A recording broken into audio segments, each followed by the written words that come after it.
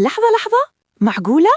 الخصم الحقيقي لمحاربي الصحراء باجر مو السودان، الخصم هو البداية. ستوب.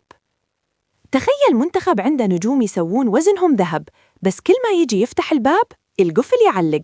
شو السالفة؟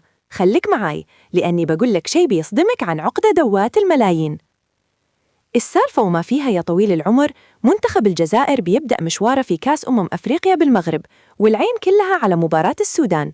ليش؟ لأن التاريخ قاعد يعاند. في 2019 كانوا ملوك القارة، بس بعدها صدمة ورا صدمة. في النسختين اللي طافوا طلعوا من الباب الصغير في دور المجموعات، وتخيل إنهم ما فازوا في آخر 6 مباريات بالنهائيات. يعني تخيل عندك سيارة فيراري، بس كل ما تبي تدوس بنزين في أول سباق التاير ينبشر.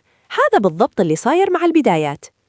والحين المدرب بيتكوفيتش في موقف لا يحسد عليه، يا يكسر هالعقدة ويرجع هيبة الأخضر، يا أن صقور الجديان منتخب السودان اللي داشين البطولة بدون ضغوط يستغلون هالتوتر ويسوون المفاجعة. السودان مو سهل، ومدربهم كواسي أبياح داهية يعرف خبايا أفريقيا عدل، يعني المباراة مو نزهة أبداً. بس تدري وش اللي يخليك تقول مستحيل؟ الإحصائيات تقول إن الجزائر إذا عدت المباراة الأولى بخير البطولة تصير لعدتهم.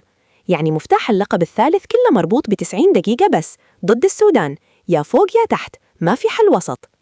السؤال الحين، هل بيفك محاربو الصحراء النحس وينفجرون في البطولة؟ ولا التاريخ بيعيد نفسه وبنشوف سيناريو يوقف القلب مرة تانية؟ المباراة باجر والسيناريو مفتوح على كل الاحتمالات.